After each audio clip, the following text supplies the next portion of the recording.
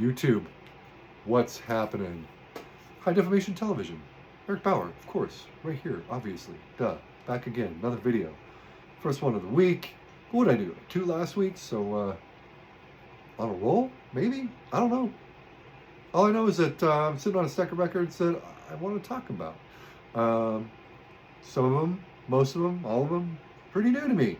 Not new to, my noggin, my ear holes, but new to the collection, as it were. And it's funny, I actually did a video last night talking about a different stack of records that I'm also pretty stoked about, but I don't think I've spent enough time with to really get somebody else stoked about said records. So I'm feeling good. I'm feeling the vibe on this one, and we're just gonna run with it.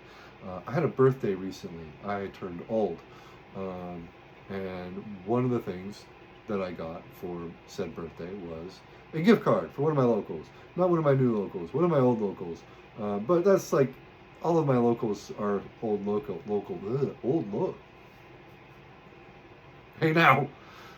All of my locals are old locals. Just because I moved, I'm still in the Seattle area. I just happen to be in Seattle instead of 30 minutes outside of Seattle. So, went to the record store, no real agenda. They don't sell a lot of used stuff. I mean, they have used, but it's not like their bread and butter. Mostly new records, reissues, the like. Little 3-store chain in the Seattle area. Like I said, I had like one thing in mind. I wanted to snag the reissue of Sect 666 by Skinny Puppy, or as most people refer to it, Vivisect 6, which I don't think is correct. I never have. I also don't like 66 Sect 6 because it's harder to say. Couldn't find it. Said they had it in stock, but wasn't filed correctly if they did. So I just kind of started flipping through random stacks and random, letters in the alphabet and random genres. And I found a few things. First thing I found was I was super stoked about, because like finding stuff by this band on wax is not, it's not common. It doesn't happen very often. And while this is not one of their classic releases, seeing it in the wild, at least in my experience, is just as daunting a task. I'm talking about the most recent LP by Man or Astro-man, Defcon 5, 4, 3, 2, 1. First of all, I love that cover. Just like the colors, the perspective, the foreground. Comes with a cool OB strip. This was released by I think Warren Records. Came out around 2012, if I'm not mistaken.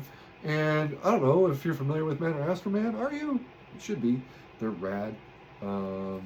Retro, futuristic, sci-fi, indebted surf rock. Also kind of feeding off of the vibe of like beach party horror movies from the 50s, kind of like the Horror Party Beach, or the likes of that. Mostly sci-fi stuff, though. I think the Blob or the Thing, or stuff of that 40s, 50s, 60s sheen when it comes to cinema. And that's kind of the vibe Man or Astro-man shoot for. Very surfy.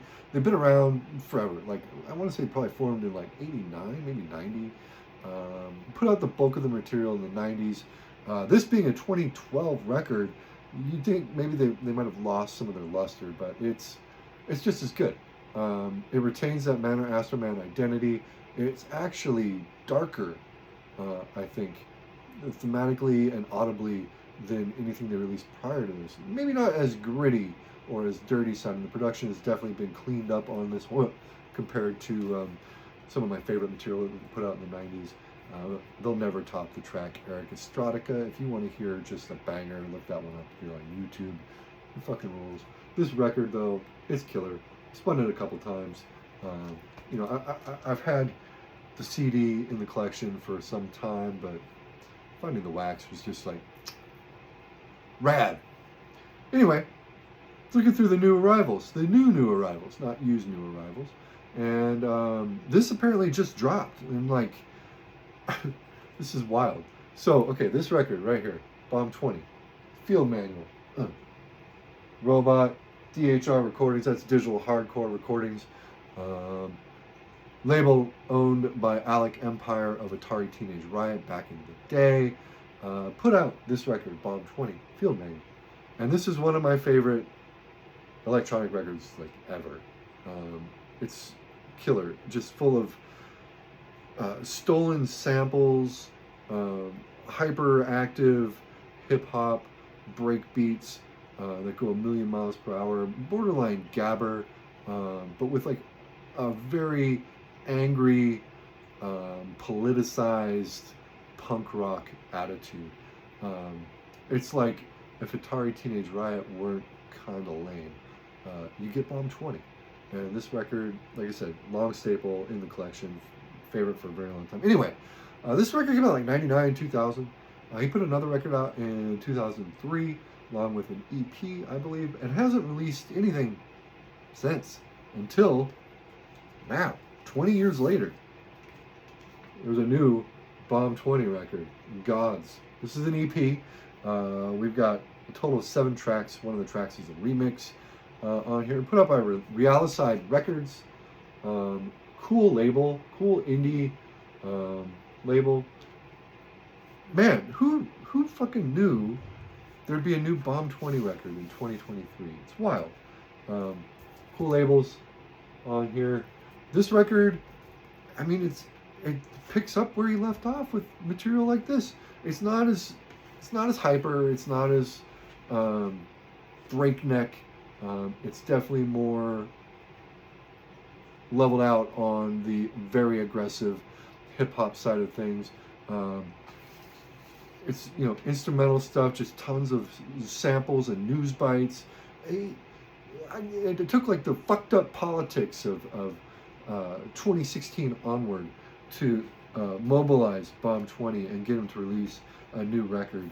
And this thing is just as angry, just as pissed, just as fed up with the American system as he was in the late 90s. Came with this cool little insert for it, and then there's an ad for Realicide Records on the back.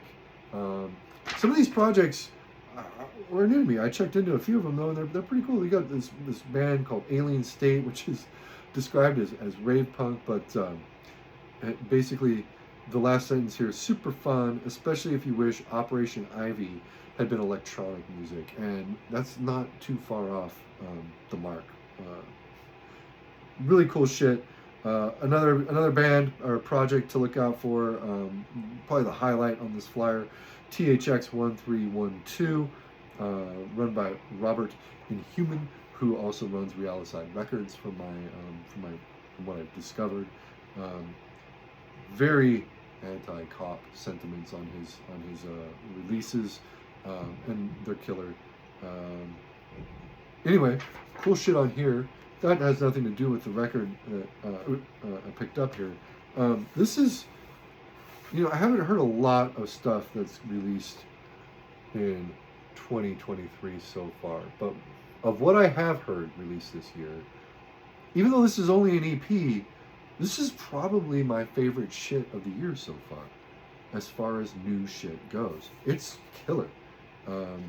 He has lost none of the gusto, none of the energy, none of the vitriol or just rage that he had back in the day.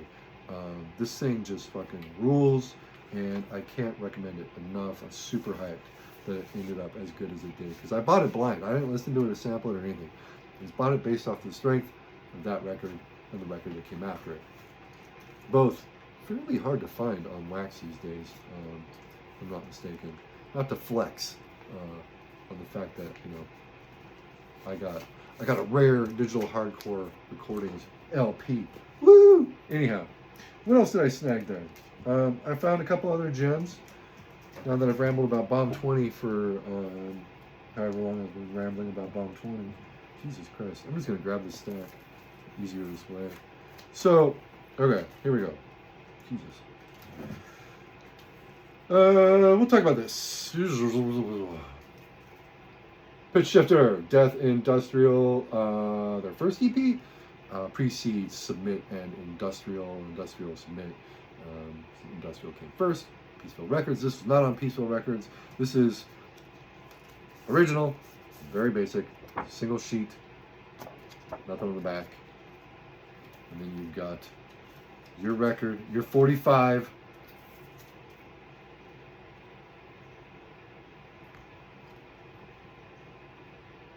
This record rules. Pitch Shifter, early Pitch Shifter is just fucking stellar. I mean, this record is harsh as fuck.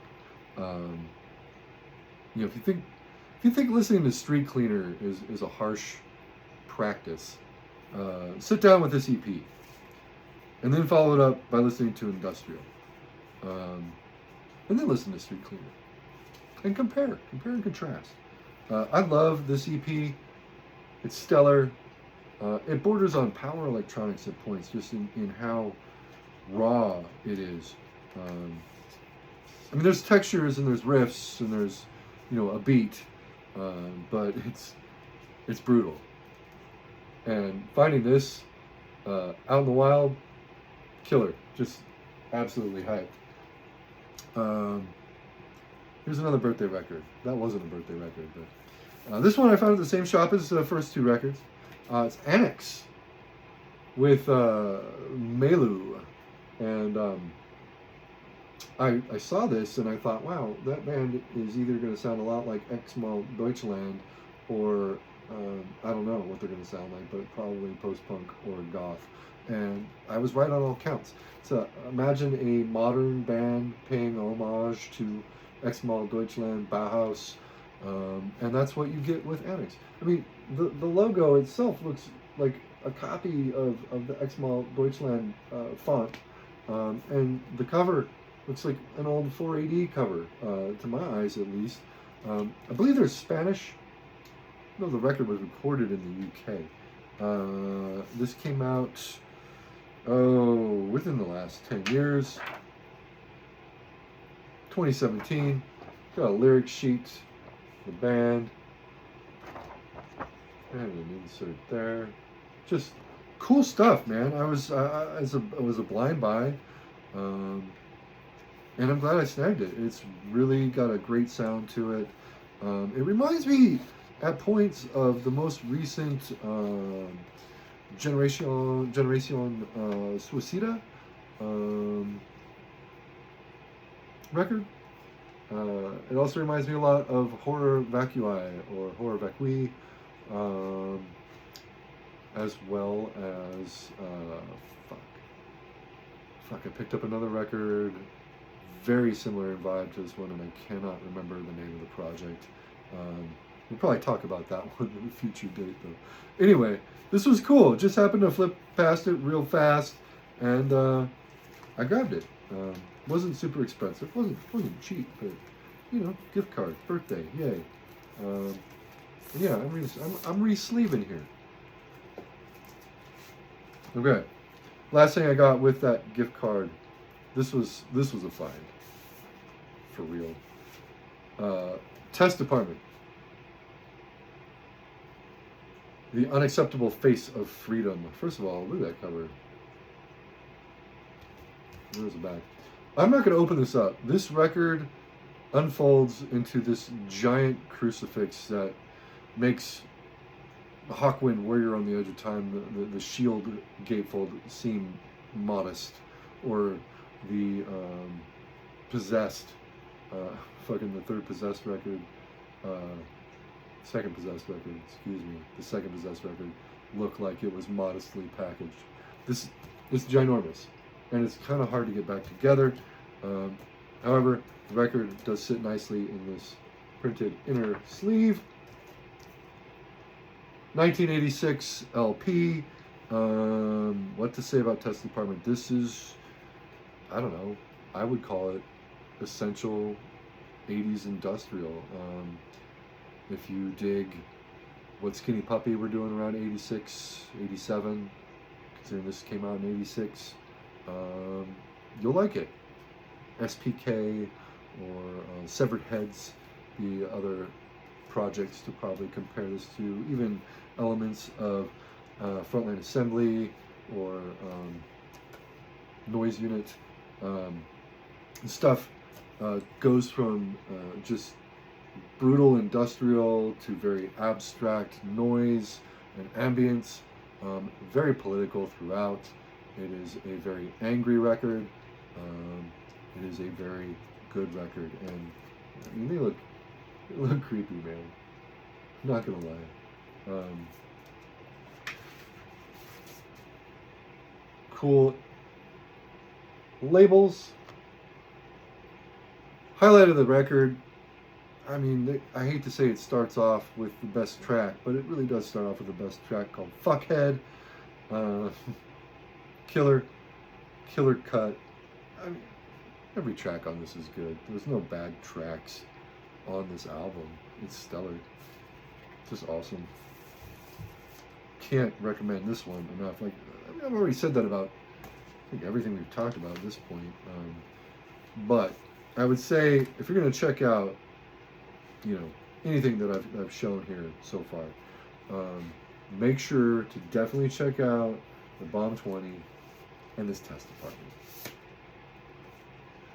because they're just amazing bits of music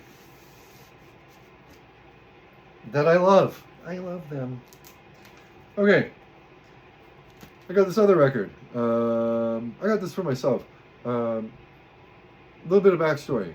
In 1973, a filmmaker named Paul Morrissey, backed by Andy Warhol and a few other people with production credits, did a movie called Flesh for Frankenstein. Immediately after wrapping Flesh for Frankenstein, Paul Morrissey basically recycled the cast and crew and production folks for Blood for Dracula.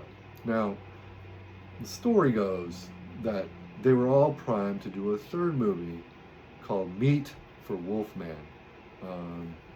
Again, recycling the cast, recycling the crew, and the production folks. They tapped the shoulder of, apparently, somebody named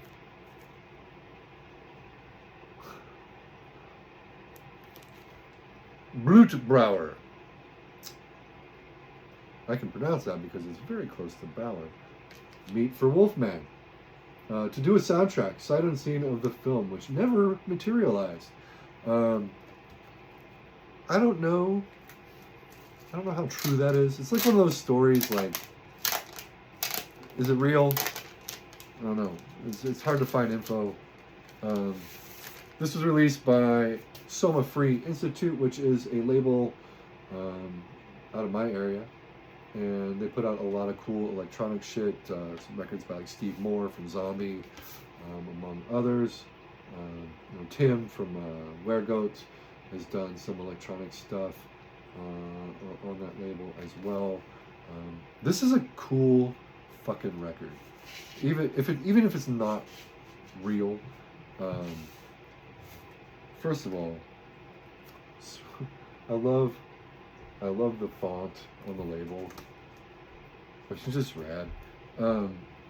It's like a fuzzed out, psych, jazzy, fusiony, sort of like funky record. It rules. It's very reminiscent of like a project like Calibro 35. Little, maybe not quite as funky. There's a lot of like fuzz guitar on this record, which I appreciate. It's just a really fun project.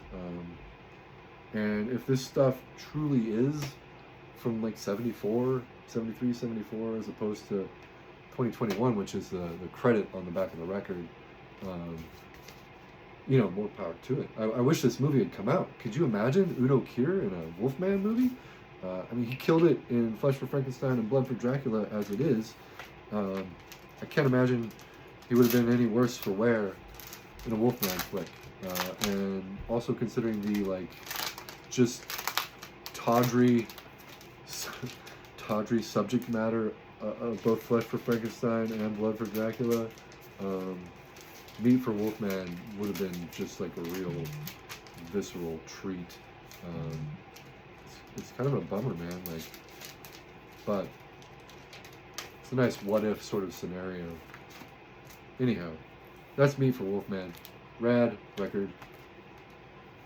In fact, one of the things that kind of got me to buy this, there's a couple quotes, and one of the quote is just heat from Ishmael Butler of Shabazz Palaces. Now, I actually, oops, dropping shit. I snagged a Shabazz Palaces record. This is the first LP. Cool spot gloss on this like super matte sleeve.